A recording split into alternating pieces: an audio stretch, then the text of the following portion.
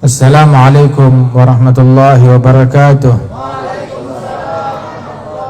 Alhamdulillah wassalatu wassalamu ala sayyidina Rasulillah Sayyidina Muhammad bin Abdullah wa ala alihi wa sahbihi wa mawalah. Ma ba'd. Kita bersyukur kepada Allah Subhanahu wa taala pada malam hari ini bersama-sama kita berkumpul di majlis An-Najmus Tsaqib yang dipimpin oleh akhina Al-Ustaz Sayyid Taufik bin Muhammad Buftan bin Syekh Habib Bakar bin Salim. Mudah-mudahan Allah Ta'ala berikan berkah kepada beliau dan juga semua kita yang hadir mendapatkan berkah, dan juga warga, masyarakat, lingkungan, dan semua para panitia dan yang memiliki keterlibatan dan andil di dalam terlaksananya majelis ini. Allah Ta'ala memberikan taufik, hidayat, keberkahan dan rahmat dan kasih sayangnya dan penjagaan dan perlindungannya kepada kita sekalian. Amin ya rabbal alamin. Allah Subhanahu wa taala berfirman di dalam Al-Qur'an, "Qul ma ya'ba'u bikum rabbi laula du'aukum." Allah Ta'ala tidak akan peduli di dalam menurunkan bala, musibah, siksa dan azabnya kepada kalian andaikan bukan karena doa kalian kepada Allah, namun berkat doa kita, kumpulnya kita, majlisnya kita, zikirnya kita, dekatnya kita kepada kaum salihin, insyaallah itu menjadi penyebab diangkatnya bala dan musibah oleh Allah Subhanahu wa taala dari penghuni bumi. Dalam hadis qudsi Allah Ta'ala berfirman, "Inni la'ahummu ala azabi ahlil ard wa bi'adzab ahlil ard." Aku sudah bertekad akan menurunkan azab, siksa terhadap penghuni bumi.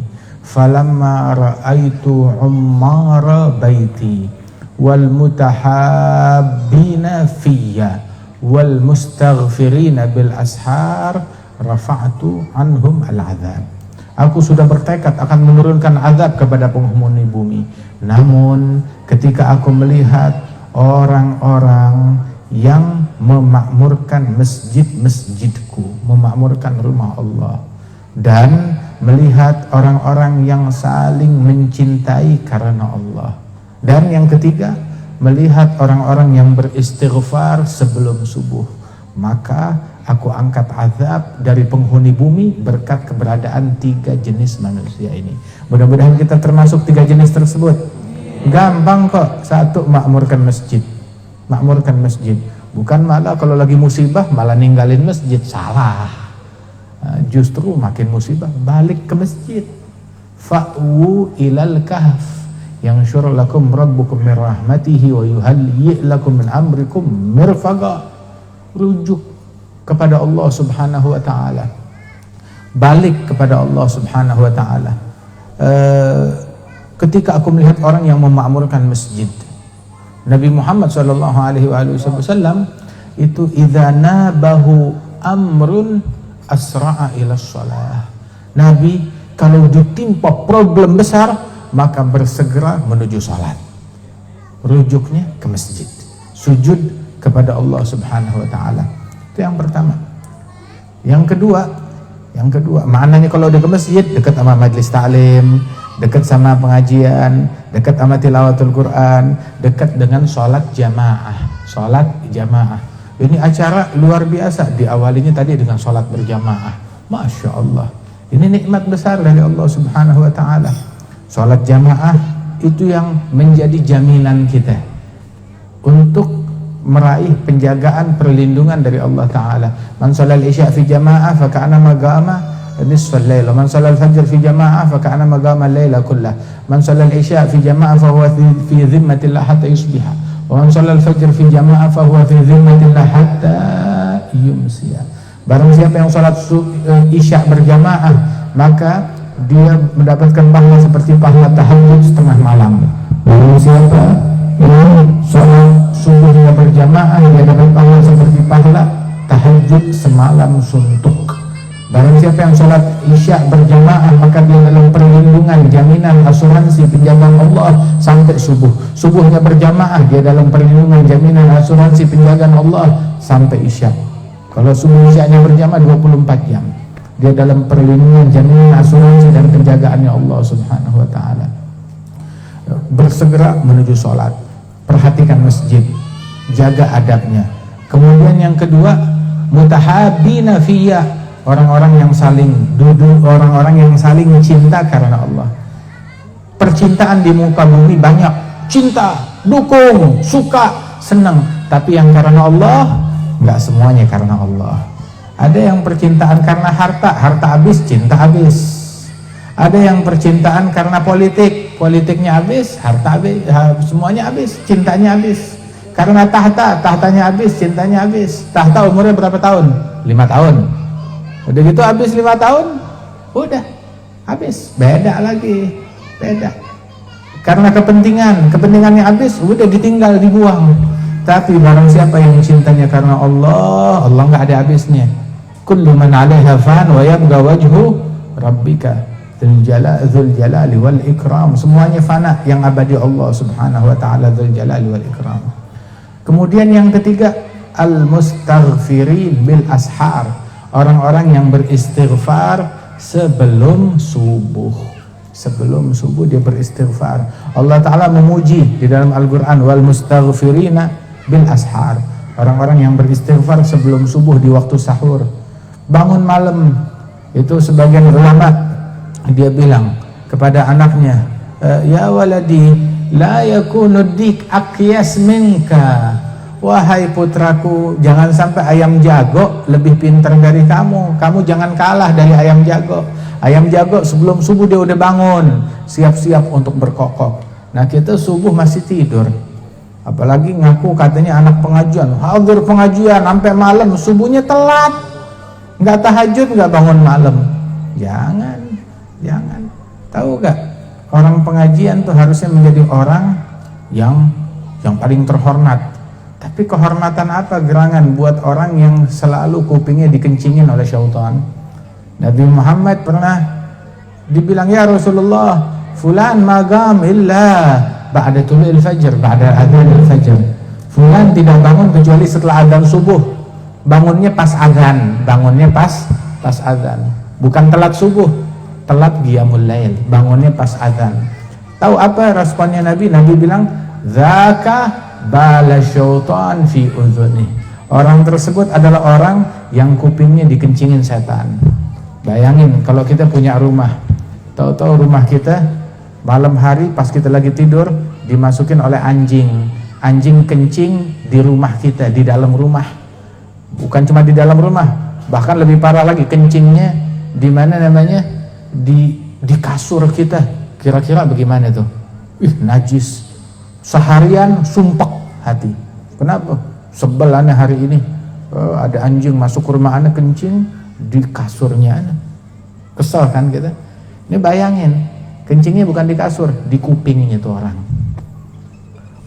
Bukan hari itu doang, tiap hari dikencingin. Terus dia paginya masih bisa ketawa, masih bisa senyum, masih bisa menikmati hidup. Terus apa orang kayak begini? Bergunakah harta yang dia punya? Dia merasa terhormat. Tapi kalau malam jadi kakusnya anjing. Tiap malam dikencingin. Bergunakah tahtanya dia? Makanya Nabi bilang, wa syaraful mar'i qiyamuhu bil-lail. Kemuliaan seseorang kalau dia bangun malam. Kalau dia nggak bangun malam, kemuliaan apa yang dia punya? Ini yang kencing di kuping dia bukannya anjing. Yang kencing di kuping dia adalah syaitan, iblis tiap malam. Nah karenanya itu bangun malam walaupun 15 menit sebelum subuh.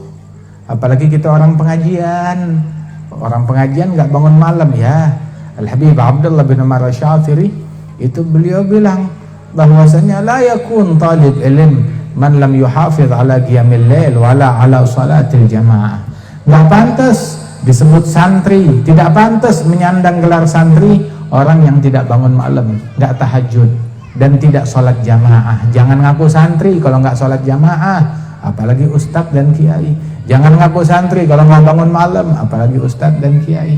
Bangun malam, qumil laila illa qalila nisfahu aw inqus minhu qalila aw zid alaihi waratilil qur'ana tartila. Kita disuruh, Nabi Muhammad disuruh bangun malam.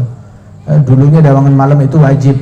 Begitu setelah turun perintah sholat 5 waktu, bangun malam menjadi sunnah. Wa minal laili fatahajjal bihi nafilatan laka, menjadi sunnah. Tadinya wajib, tahajud tersebut. Begitu turun salat 5 waktu, kewajiban salat 5 waktu, yang wajib cuma salat 5 waktu. Bangun malam menjadi sunnah. Tapi Rasulullah nggak pernah tinggal yang namanya qiyamul lail. Rukun kewalian, rukun iradah, rukun orang yang menempuh jalan untuk mengenal kepada Allah Ta'ala, qiyamul lail. La tatruk qiyamul lail aslan, fa innahu ma uqidat wilayah liwaliyin illa fil lail atau inda qiyamil lail. Jangan pernah kamu ninggalkan tahajud, sebab tidaklah seseorang mencapai derajat kewalian melainkan dilantiknya, dicapainya tatkala dia tahajud di tengah malam. Hakadha diceritakan oleh beberapa syuyukhna bahwasanya Al-Habib Abdul Qadir bin Ahmad atau ghairuh itu mereka menceritakan ada para wali-wali, mereka datang kepada Al-Qutub, pemimpin wali tersebut, kemudian berkata, ini fulan bin fulan, anggota kita, wali yang duduk di magam ini, dia meninggal dunia, dan kita mencalonkan kandidatnya adalah fulan untuk duduk di tempat wali tersebut, untuk dilantik. Maka Al-Qutub, pemimpin wali tersebut bilang, lah, jangan fulan yang jadi wali, jangan dia yang duduk di situ, cari orang lain. Loh, kenapa? Ini pantas? Enggak, sebab dia semalam enggak bangun malam, enggak tahajud, sekali luput tahajud gagal, cari yang lain, jangan dia. Ya Allah, berapa banyak kegagalan yang kita raih, berapa banyak kegagalan yang kita raih. Nah, karenanya itu musibah yang sebenarnya musibah bukan hilang motor, musibah bukan hilang handphone, musibah bukan hilang data, musibah bukan akunnya dicuri, tapi musibah yang sebenarnya itu adalah ketika kita luput qiyamul lail, ketika kita luput salatul jamaah. Nah, kita sekarang ngumpul di majelis ini, ya, kita mengenang haul al-Imam al-Arif billah Al-Syekh Abdul Qadir Al-Jailani, Al-Syekh Abdul Qadir Al-Jailani, salah seorang wali besar. Dia jadi wali berkat apa? Siapa sih itu aulia? Alladzina amanu wa kanu yattaqun. Mereka orang yang beriman dan bertakwa kepada Allah Subhanahu wa taala. Nah, jadi wali tersebut kuncinya adalah istiqamah. Istiqamah di jalan yang diridhai oleh Allah taala. Orang yang enggak istiqamah jangan harap akan mencium aroma kewalian. Al-Imam Al-Junaid beliau ini satu kali mendengar beliau atau Ibrahim bin Adham atau salah seorang dari mereka itu minal awliya was salihin mendengar keberadaan ada wali di kampung sini. Maka mereka kalau dengar orang soleh, maka mereka ingin ngambil berkah, minta doa kepada orang soleh tersebut. Dia tempuh perjalanan panjang untuk ziarah kepada orang yang disebutnya wali itu. Begitu dia sampai di kampungnya itu orang, mana walinya? Lagi di rumah, suruh tunggu di masjid aja, nanti datang ke masjid walinya, ketemuan di masjid. Sudah, walinya bersiap, itu orang solehnya, ketemuan di masjid. Wal imam hadza nunggu, habis perjalanan jauh, nunggu di masjid dengan rasa haus pengen jumpa dengan aulia. Dia nunggu di masjid, nggak lama datang, tuh dia walinya datang. Orang solehnya itu yang dikunjungi banyak orang datang. Tatkala tuh orang datang, mendekat, mau masuk masjid, ini udah antusias, mengambil berkah. Tahu-tahu yang katanya wali itu tenggorokannya seret, ya, rupanya ada lendir, dia batuk, dia buang ludah. Buang ludah, ketika meludah, ludahnya itu nempel di tembok masjid. Di bagian luar, bukan di bagian dalam, nempel di tembok masjid bagian luar. Udah, dan dia biasa aja masuk ke masjid. Maka hadzal imam yang datang berziarah dari jauh, dari jauh-jauh, dari tempat yang jauh datang mau ziarah wali, ngelihat ya yang dibilang wali ngeludah, ludahnya nempel di masjid. Nggak jadi. Dia keluar, nggak ditemuin tuh orang, keluar jalan. Bilang, ya syekh, ini walinya datang. Lah, enggak, saya nggak mau nemuin, nggak jadi. kecewa saya. Loh kenapa kecewa? Begitu. La yu'man ala asrarillah man lam yuhafiz ala adabis syariah. Tidak akan dipercayakan rahasia-rahasia Allah kepada seseorang yang gak bisa menjalankan adab di dalam syariatnya Nabi Muhammad.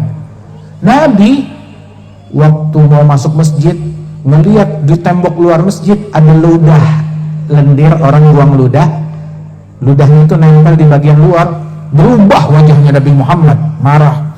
Nabi sampai ambil kayu untuk membersihkan itu ludah, ya, disingkirkan dari tembok masjid.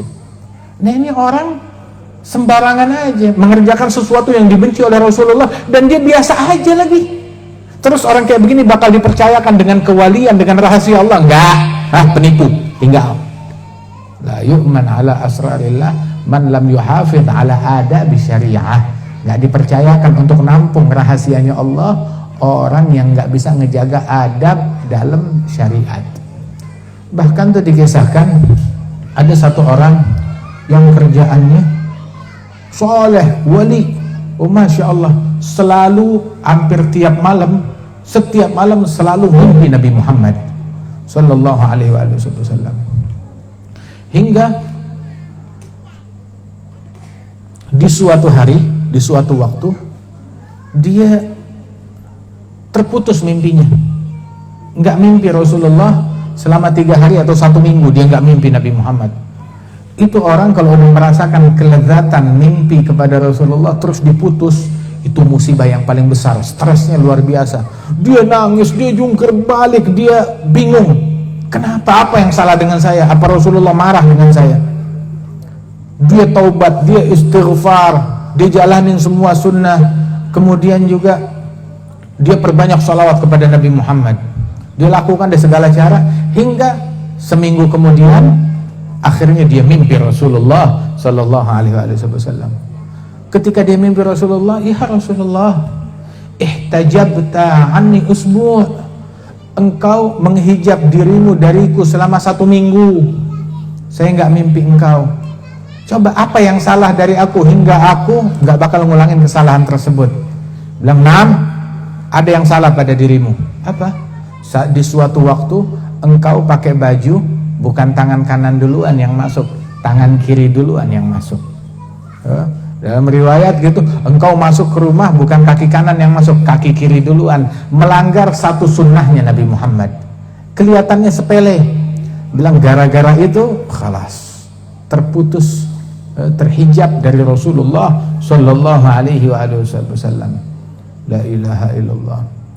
Sampai dulu tuh minal auliya was salihin, dia ziarah ke makam Rasulullah. Tatkala ziarah ke makam Rasulullah, kemudian i'tikaf di sana di Raudhah. Lagi i'tikaf di Raudhah, ketiduran. Saat dia ketiduran, dia mimpi, dalam tidurnya itu mimpi mimpi Nabi Muhammad. Nabi di Raudhahnya situ, di makamnya, menyambut orang yang datang, menyambut orang yang pada ziarah.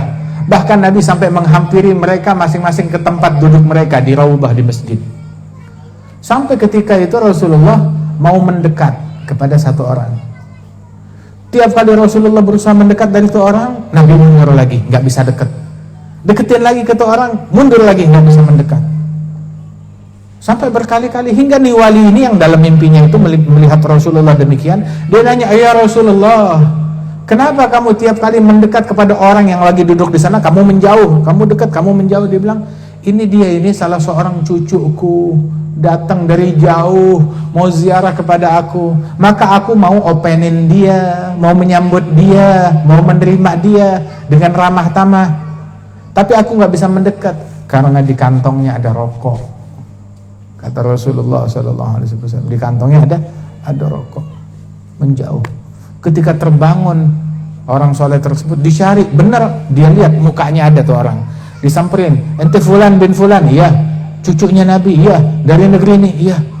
"Rasulullah, tadi saya mimpi begini. Dia mau mendekat kepada engkau, nggak bisa mendekat." "Loh, kenapa Rasul nggak mau dekat dari saya?" "Bukan nggak mau, ya, karena di kantongmu tuh ada rokok, sesuatu yang dibenci oleh Nabi Muhammad sallallahu alaihi wa alihi wasallam. Setiap adab, setiap sunnahnya Nabi Muhammad nur. Setiap adab, setiap sunnahnya Rasulullah itu adalah sebuah tiket bagi kita untuk makin dekat kepada Allah, makin dekat kepada Rasulullah, makin dekat kepada ma'rifatullah, pengenalan kepada Allah. Dan setiap sunnah yang kita tinggalkan berarti kita kehilangan satu tiket, kehilangan satu pintu, kehilangan satu akses, kehilangan satu tangga. Mundur. Apalagi kalau ngerjain yang makruh, makin mundur lagi. Ngerjain yang haram, mundurnya mentalnya itu bisa berpuluh-puluh kilometer. Jauh mentalnya. La ilaha illallah. Sampai salah seorang arifin ditanya oleh muridnya, "Ya Syekh, wahai guruku, apakah hal yadzuq halawatal ibadah man asallah?" Apakah orang yang maksiat kepada Allah bisa mencicipi manisnya ibadat? Maka dijawab oleh gurunya, la wala man hamma bil maksiyah. Orang yang maksiat nggak bakal mencicipi manisnya ibadat. Jangankan maksiat, yang niat mau maksiat, tekad untuk maksiat, belum maksiat baru niat mau maksiat, nggak bakalan mencicipi manisnya ibadat. Terharamkan dari manisnya ibadat, terharamkan dari pengenalan ma'rifah kepada Allah Subhanahu wa ta'ala. Nah, kuncinya itu adalah la yazalu 'abdi yatagarrab ilayya bin nawafil hatta uhibbah. Yang pertama, kerjain kewajiban kita kepada Allah Ta'ala, jangan kita kurangin kewajiban. Yang kedua, tinggalin yang haram, jangan dekat-dekat dari yang haram. Terus yang ketiga, udah yang wajib kita kerjain, pendekatan terbaik kepada Allah. Ma tagarraba ilayya al-mutagarribun ahab ilayya mimma aftaradtuhu alaih. Tidaklah seseorang mendekatkan diri kepada Allah dengan melakukan suatu hal yang lebih aku cintai melebihi apa yang aku wajibkan. Mau dekat, kerjain yang disuruh oleh Allah, yang diwajibkan oleh Allah kamu kerjain, yang wajib dulu kita kerjain. Dan senantiasa seorang hamba mendekatkan diri kepada Allah dengan yang wajib ditambah dengan yang sunnah, dia ngerjain yang sunnah, hatta uhibbah, hingga hamba itu menjadi hamba yang aku cintai.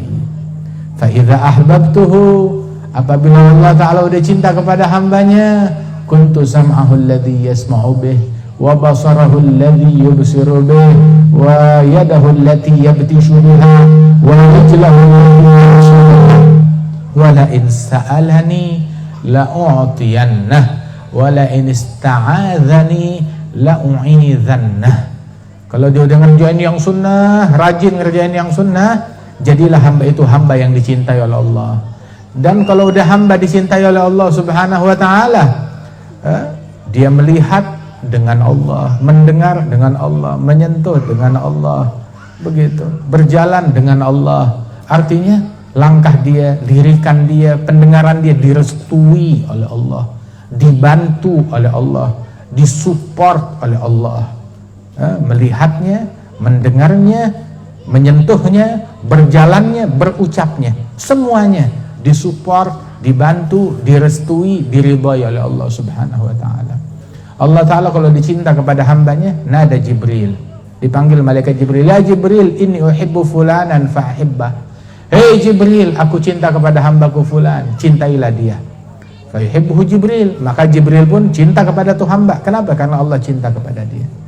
Terus kalau malaikat Jibril sudah cinta kepada hamba tersebut, nada Jibril fi ahli sama. Malaikat Jibril memanggil semua penghuni langit. Ya ahli sama. Ahli sama kalau dipanggil Jibril semuanya patuh. Semuanya menjawab lebbaik. Innallaha yuhibbu fulan fa ahibbuh. Allah cinta kepada hambanya fulan, cintailah dia. Maka fayuhibbu ahli sama, penghuni langit semuanya cinta kepada hamba tersebut. Thumma yudha' lahul qabul fil ard. Allah Ta'ala berikan bagi dia qabul di muka bumi. Qabul, penerimaan di muka bumi. Diberikan qabul oleh Allah Subhanahu wa ta'ala. Apa dia mau, apa dia harap dikabulkan, diijabah oleh Allah Subhanahu wa ta'ala. Zakar al-Habib Tahir bin Husain bin Tahir itu beliau bilang di antara para wali-walinya Allah yang kalau nunjuk ke gunung suruh geser, itu gunung bakalan bergerak bergeser. Ini lagi cerita sama murid-muridnya, lagi duduk di antara para wali Allah di zaman kita yang kalau nunjuk ke gunung, tuh gunung suruh geser, dia bakal bergerak geser. Dia lagi contohin gitu, tahu-tahu gunung di depannya bergerak bergeser. Bilang la inna ma adrib lahum mathal. Habib Tahir bilang, saya cuma ngasih contoh kepada murid-murid saya. Balik lagi tuh gunung ke tempatnya. Subhanallah. Sayyidina Gobul, hatta perintah dia dipatuhi oleh gunung, dipatuhi oleh makhluk-makhluknya Allah. Sayyidina Umar ibn Khattab, di Madinah terjadi gempa bumi keras, baru mau gempa bergerak begitu, Sayyidina Umar langsung memukul bumi dengan tongkatnya. Ihdai ala ma'adil, diam, jangan bergerak. Berani kamu bergerak, emang saya nggak adil di dalam memimpin? Kata Sayyidina Umar. Itu bumi langsung diam, nggak jadi gempa. Subhanallah. Api muncul mendekat ke arah Madinah dari sebuah bukit, dari sebuah gunung. Sebab dulu Madinah tuh dikelilingin oleh apa namanya, pegunungan berapi. Pegunungan berapi. Api muncul dari gas atau dari apa? Subhanallah, mendekat ke perumahan penduduk. Maka Sayyidina Umar itu ulurkan tongkatnya ke arah api tersebut. Itu api mundur, padam. Takut. Subhanallah. Itu bahkan salah seorang sahabatnya Rasulullah Sallallahu Alaihi Wasallam namanya Safinah Maula Rasulullah. Safinah yang menjadi pelayan, yang khadim, yang khidmat kepada Nabi Muhammad. Nabi tugaskan beliau untuk pergi ke Yaman, bawa surat dari Nabi Muhammad. Naik kapal, naik perahu.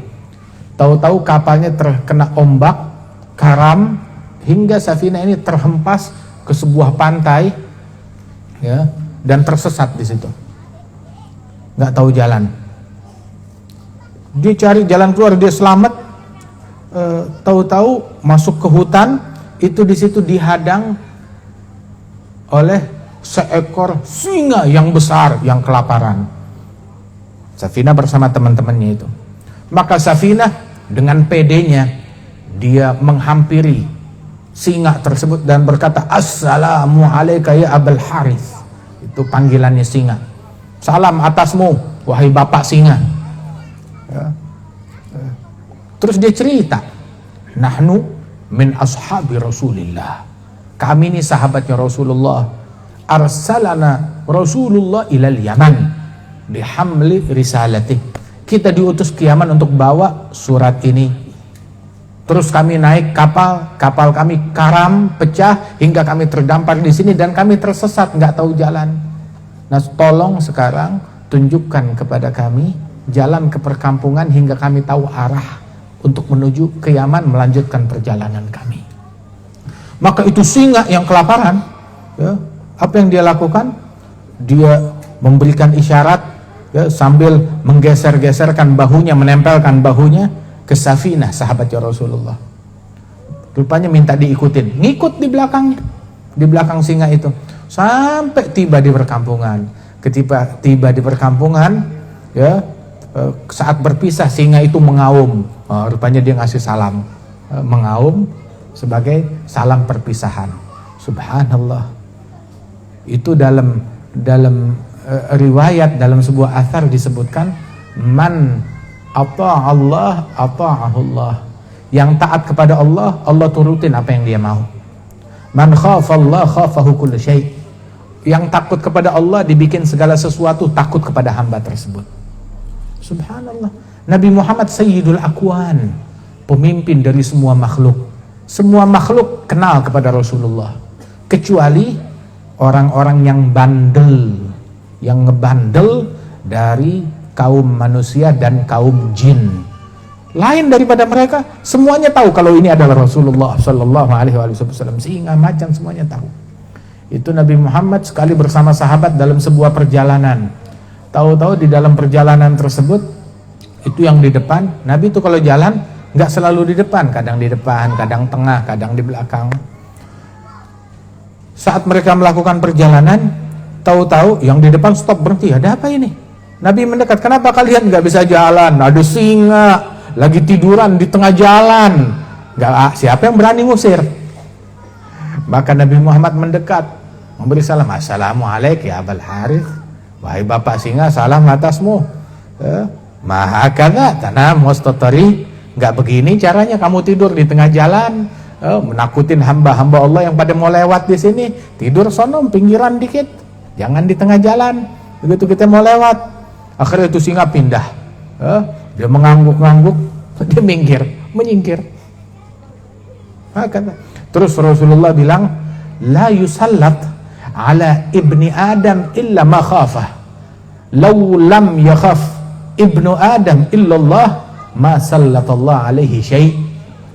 Tidaklah dikirim gangguan ke anak Adam kecuali hal-hal yang dia takutin. Allah nggak ngirim sesuatu yang membuat anak Adam itu terganggu kecuali yang dikhawatirkan oleh anak Adam tersebut. Seandainya anak Adam nggak takut kecuali hanya kepada Allah, maka nggak bakal ada gangguan yang dikirim kepada dia. Andai dia nggak takut kecuali hanya kepada Allah, maka nggak bakalan ada gangguan yang datang, yang dikirim kepada dia sebagai ujian. Subhanallah. Nah karenanya itu takutlah kepada Allah. Dibikin segala sesuatu takut kepada kita. Itu Al-Imam Syekh Habib Bakar bin Salim di dalam kitab Miftahus Sarair Kanzud Dakhair, itu beliau bilang bahwasanya ada satu orang kaum arifin jalan di perjalanan seperti kisah Safinah tadi, terus mereka tersesat, terdampar di sebuah tempat hingga dihadang oleh singa. Semuanya pada ketakutan dihadang singa. Maka ini orang soleh, satu orang arifin ini, satu orang soleh malah menghampiri singa tersebut, memberi salam, dipegang telinganya itu singa. Dia bilang, tunjukkan kami jalan ke perkampungan. Dia ajak ke perkampungan, terus tuh singa jalan. Itu teman-temannya yang jalan sama dia heran, kok bisa kamu tidak takut kepada singa? Singa di tangan kamu seperti kucing, kok bisa? Maka dijawab oleh beliau, jawaban yang penuh hikmah.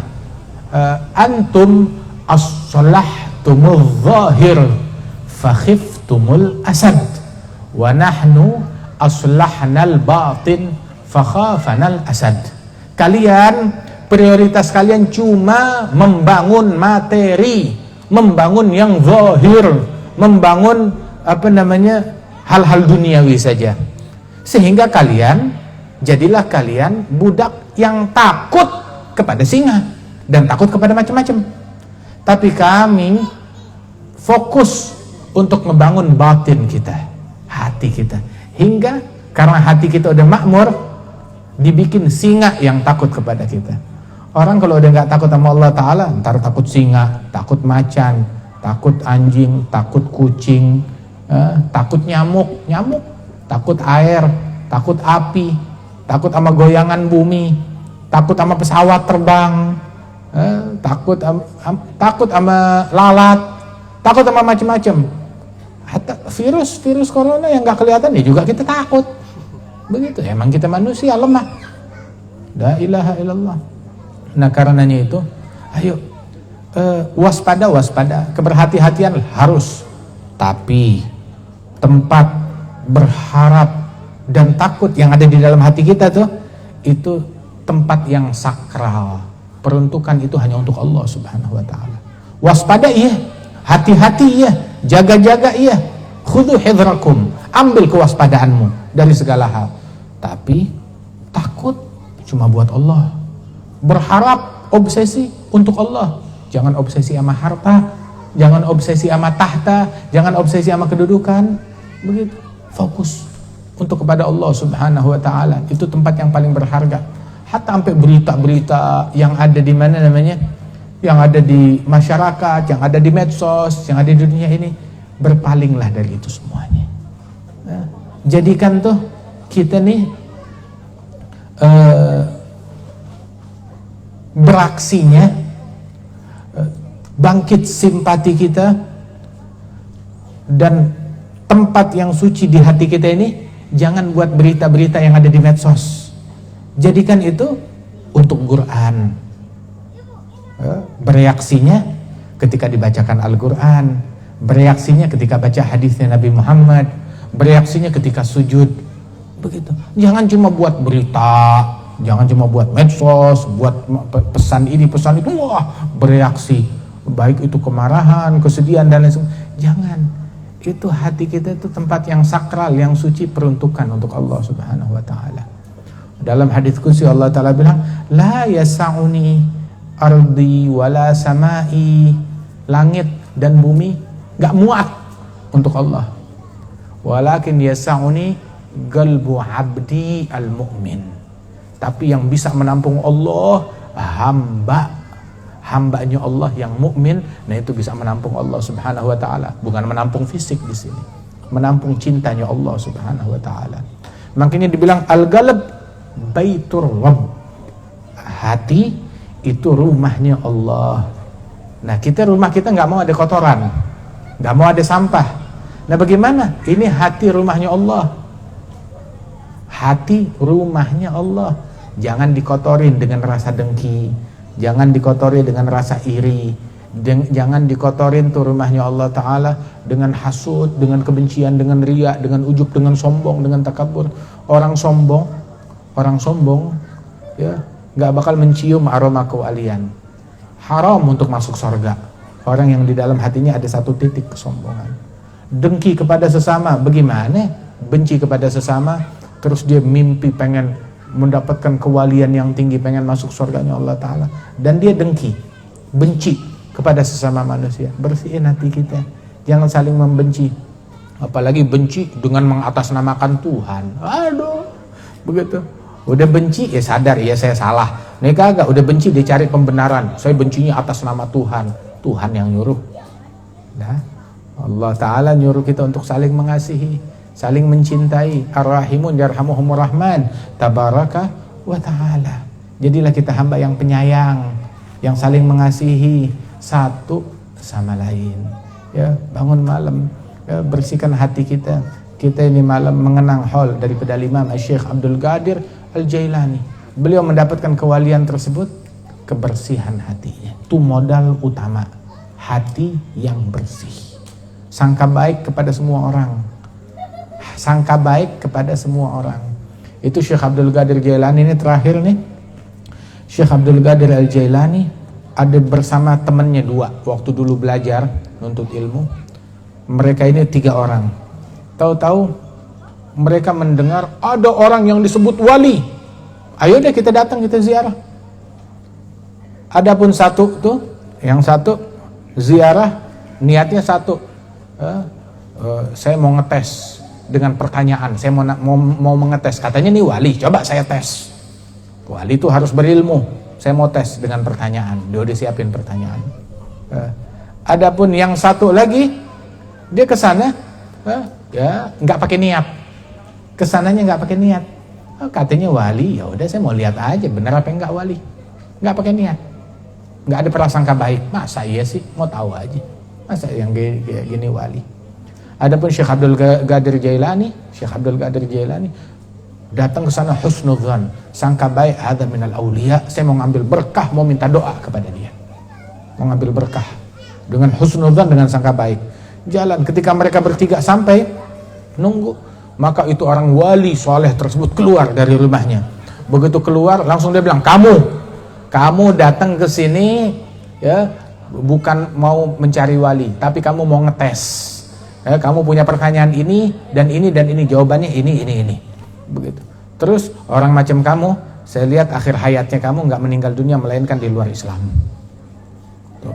Adapun kamu orang yang kedua, datang ke sini nggak ada sangka baiknya, meragukan, dan kamu cuma nggak pasang niat apa-apa, begitu cuma fudul, penasaran, katanya wali, masa iya sih, begitu.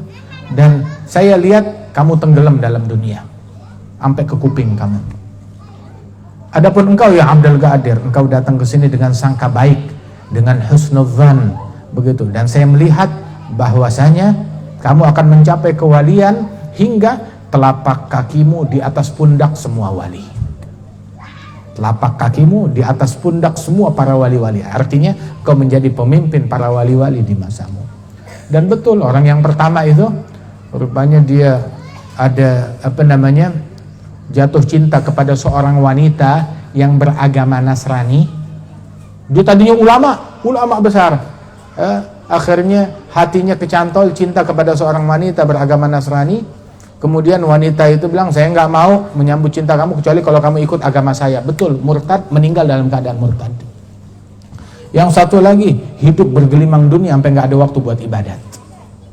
Betul, meninggalnya dalam keadaan tenggelam dalam dunianya, dia khalas, nggak kepikiran akhirat.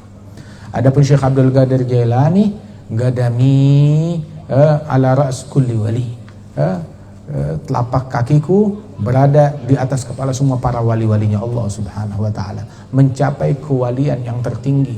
Radhiyallahu anhu wa ardhah, nafa'ana bih wa bi ulumihi wa bi asrarih fid dharain, amin. Nah, karenanya itu husnudzan, sangka baik. Anggap tiap orang yang kita temuin wali. Terus juga jangan suka ngomentarin orang.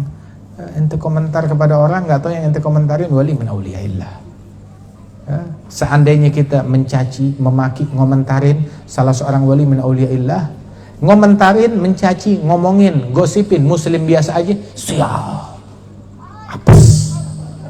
Bagaimana halnya kalau yang dikomentarin atau yang dicaci, atau yang dimaki, atau yang dimusuhin, tanpa disadari, nggak tahunya dia seorang wali di sisi Allah Subhanahu wa taala. 1000 kali sial, 1000 kali sial. Orang yang macam begini, man adali waliyan faqad adzantuhu bil harb. Dalam hadits qudsi, yang memusuhi salah seorang waliku, aku nyatakan perang dengan orang tersebut. Sallim li ahlillah fi kulli mushkilin ladaika ladaihim wadihun bil adillati.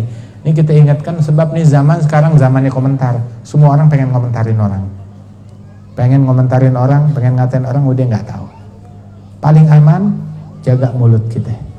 Jangan komentarin siapapun, pihak manapun, diem. Ente tahu jalannya Nabi depan mata, ente ikutin. Cacian, makian, gosip, provokasi, ngomongin orang bukan jalannya Nabi Muhammad, jalannya iblis. Nggak ada agama manapun yang membenarkan, nggak ada wali manapun yang ngebolehin, nggak ada.